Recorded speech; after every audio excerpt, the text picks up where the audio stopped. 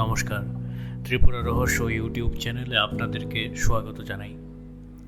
আজকের গল্পটি লিখেছেন নন্দিতা বাগচি। শুরু হচ্ছে পার্টি।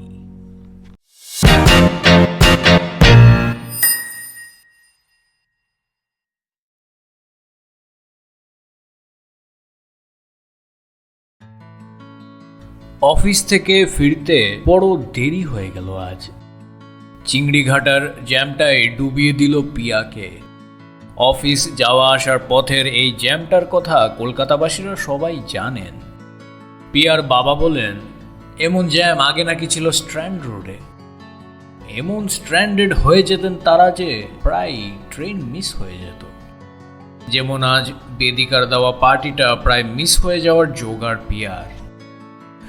মুকুন্দপুরের আবাসনে পৌঁছে কোনো রকমে গাড়িটা পার্কিংয়ে রাখল পিয়া। তারপর ছুটল লিফটের দিকে, কিন্তু গেটম্যান তপন এসে ঝগড়া দিল। বলল, ম্যাডাম জি, গাড়িটা ঠিক করে পার্ক করতে হবে। ফ্রন্ট হুইলটা বেঁকে আছে। আপনার পাশের স্লটটা সহায় সাহেবের, উনি গাড়িটা ঢোকাতে পারবেন না। আমি আধ ঘন্টা পরেই বেরোবো আবার। তোমার সহায় সাহেব কি আধ ঘন্টার মধ্যেই এসে যাবে? সহায় সাহেবের আসার সময় হয়ে গেছে ম্যাডাম। যে কোনো মুহূর্তে উনি এসে যাবেন। খুব বদমেজাজি লোক, এসেই সবচেয়ে বেশি মেজাজ দেখাবেন আমার উপরে। তাই পিয়াকে আবার উজিয়ে গিয়ে গাড়িটাকে ঠিক করে পার্ক করতে হলো। লিফটের সামনে গিয়ে দেখলো মান্থলি সার্ভিসিং চলছে। মেইনটেনেন্স কোম্পানির একজন মেকানিক বলল, আরো মিনিট 5 লাগবে ম্যাডাম, একটু অপেক্ষা করতে হবে। অপেক্ষার নিকুচি করেছি। মনটা বিদ্রোহ করে পিয়ার। তারপর তাকিয়ে দেখে 13 তলার পিল্লাইদের কাজের লোক খালি গার্বেজ বিনটা হাতে নিয়ে সার্ভিস লিফটের দিকে যাচ্ছে। তার পিছন পিছন সেই ছোট্ট লিফটেই গিয়ে ঢুকে পড়ল পিয়া। তার অ্যাপার্টমেন্ট 7 তলায়।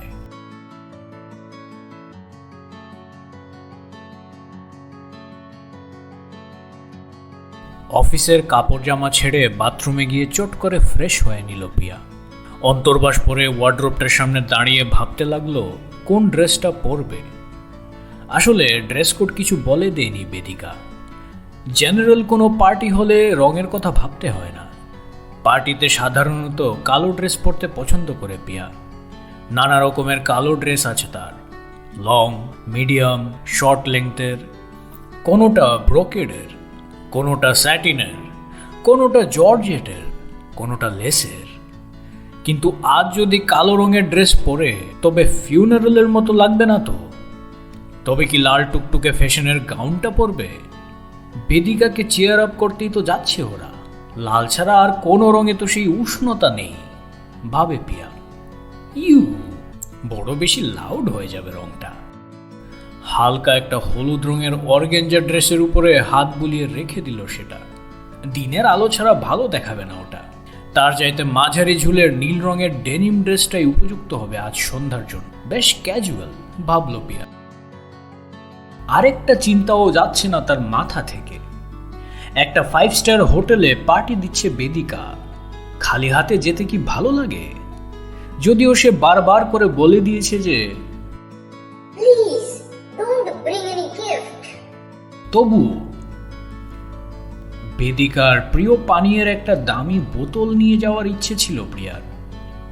কিন্তু খোঁজ নিয়ে জানা গেল হোটেল কর্তৃপক্ষ কোনো পানীয়ের বোতল ভিতরে নিয়ে যেতে দেবেন না। সত্যিই তো, ওদের ব্যবসার ক্ষতি হবে তো তাহলে। মার্কেটিং আর স্ট্র্যাটেজি গুলে খাওয়া প্রিয়ার টনক নড়ে।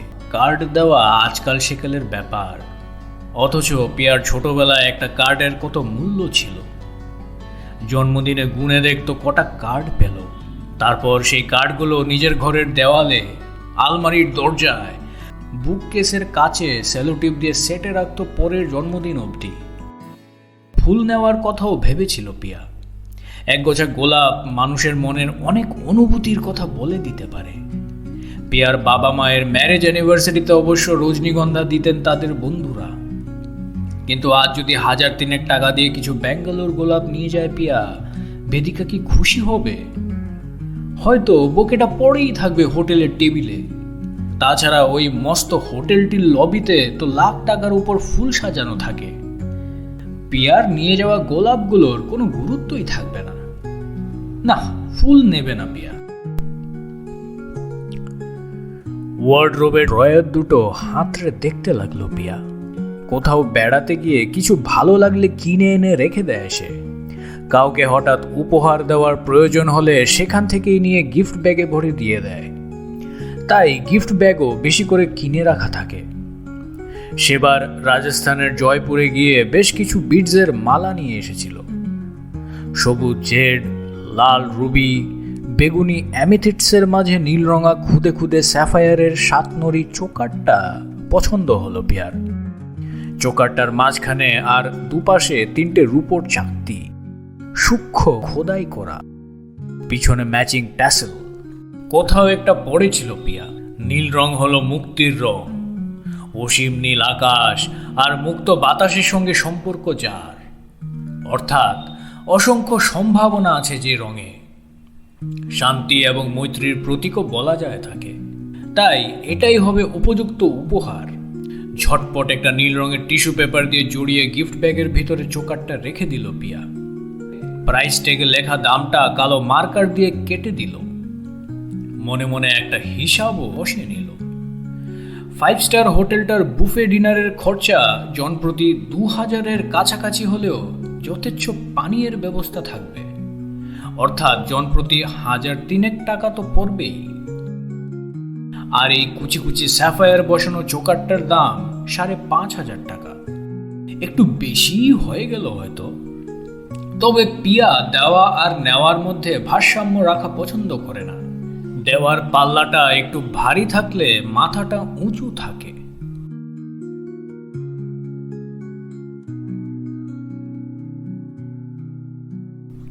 ছোটবেলায় দেখেছে পিয়া, কোনো আত্মীয়ের বাড়িতে গিয়ে প্রায় সপ্তাহখানেক থেকে আসতো ওরা। বাবা, মা, পিয়া ও ছোট বোন টিয়া। বাবার সীমিত আয়ে হয়তো একটা মুর্শিদাবাদ সিল্কের শাড়ি নয়তো হালকা ওজনের একটা সোনার আংটি উপহার হিসেবে দিতেন। আত্মীয়রা বাবা মায়ের অনুপস্থিতিতে হাসাহাসি করতেন। পিয়া বুঝতে পারত, কিন্তু ওরা বুঝতে পারতেন না যে পিয়া সেসব কথা বুঝতে পারে। লিফট সার্ভিসিং হয়ে গেছে। মিস্টার সহায়ও এসে পার্ক করে ফেলেছেন তার গাড়ি। পিয়াকে দেখেই দৌড়ে এলো তপন। ট্রাফিক পুলিশের মতো নির্দেশ দিতে লাগলো তাকে। পিয়ার হাসি পায়। ও মেয়ে বলে হয়তো তপন ভরসা করতে পারে না, নাকি সহায় সাহেবের গাড়িতে আঁচড় কেটে যাওয়ার ভয়ে। গাড়ি বাইপাসে পড়তে না পড়তেই মায়ের ফোন। কিরে, তুই বাড়ি ফিরছিস? অনেকক্ষণ লাগবে। তাহলে ফোন করিসনি কেন? খুব তাড়া ছিল মা। কিসের এত তাড়া তোর? না আছে স্বামী, না আছে সংসার, না আছে ছেলেপুলে। ওসব ছাড়াও অনেক বড় বড় কাজ থাকে মা। একটা মস্ত অফিসের স্টাফদের সামলাতে হয়, সারা দুনিয়ার ক্লায়েন্টদের সঙ্গে যোগাযোগ করতে হয়। তবে এখন একটা পার্টিতে যাচ্ছি। তাহলে তো তুই গাড়ি চালাচ্ছিস। ফোনটা কেটে দেবো? না না, কেটো না, কথা বলো। কানে গয়না পরা আছে, অসুবিধা নেই। ওই টিয়ার কথা বলছিলাম। টিয়ার আবার কি হলো? দিব্যি তো দেবাদেবী দুজনে মিলে 4 হাত ভরে রোজগার করছে। আরে পয়সাটাই কি সব? তবে আর কি চাও তুমি? আমি বিয়ে করলাম না বলে ধরে বেঁধে বিয়ে দিয়ে দিলে টিয়াকে। অনয়ের সঙ্গে সুখে ঘর করছে সে। আর কি চাও বলো তো? আরে বিয়ের 7 বছর পূর্ণ হয়ে গেল, তাতে কি হলো? পার্টি দাও। 7 বছর ধরে সুখে ঘর করছে তোমার মেয়ে, ইয়ার কি নাকি? হ্যাঁ, পার্টি তো দিতে ইচ্ছে করে, তবে অন্যরকম পার্টি। মানে অন্নপ্রাশনের পার্টি। সেটা ওদের ব্যাপার, আমাকে কেন বলছো এসব? ওদের বলে বলে তো হয়রান হয়ে গেলাম রে। এখন আত্মীয় স্বজনরা বলা বলি করছে, টু হেল্প উইথ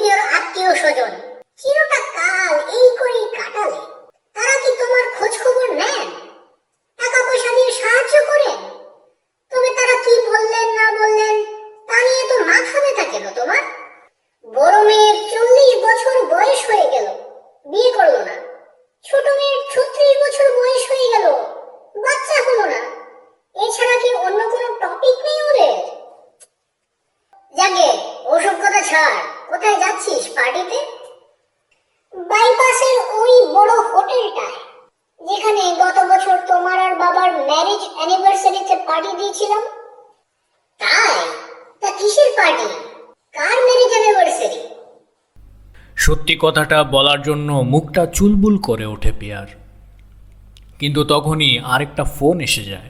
তাই মাকে বলে, পরে কথা বলছি মা, একটা জরুরি ফোন এসে গেছে। হ্যাঁ, যা ভেবেছে বেদিকার ফোন। সে হৈ হৈ করে উঠল। अरे यार, तुम कहाँ हो?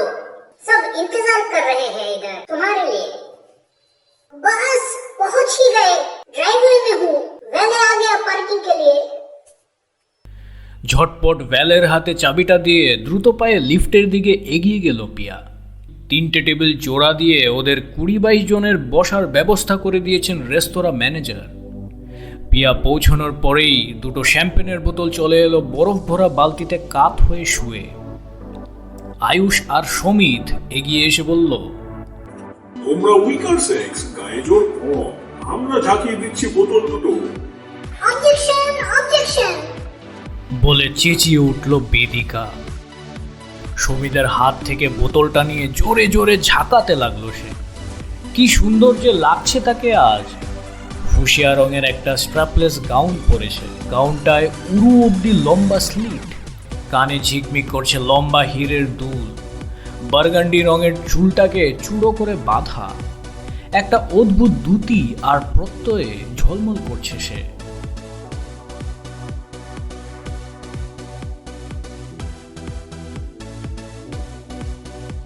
তারপরেই শ্যাম্পেনের ফোয়ারা ছুটল। ওরা সবাই বেদিকাকে জড়িয়ে ধরে গালে গাল লাগিয়ে তার মুক্ত জীবনের জন্য শুভেচ্ছা আর অভিনন্দন জানালো। হ্যাঁ, ওরা সকলেই হয়তো অবিবাহিত, নয়তো বিবাহ বিচ্ছিন্ন, অর্থাৎ একক জীবনযাপন করে, মুক্ত বিহঙ্গের মতো উড়ে বেড়ায়, যেখানে ইচ্ছে যায়, যা মন চায় করে, কোথাও কোনো প্রতিবন্ধকতা নেই, সমাজ বা আত্মীয় স্বজনের তোয়াক্কা করে না। ওদের মূল্যবোধ হলো জীবন একটাই, তাকে উপভোগ করো নিজের মতো। বেদিকার ডিভোর্স হয়েছে গতকাল, আজ তারই উদযাপন।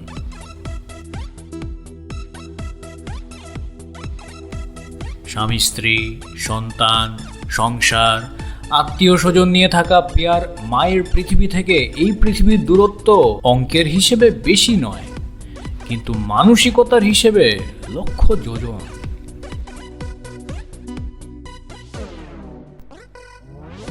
Like, share and subscribe.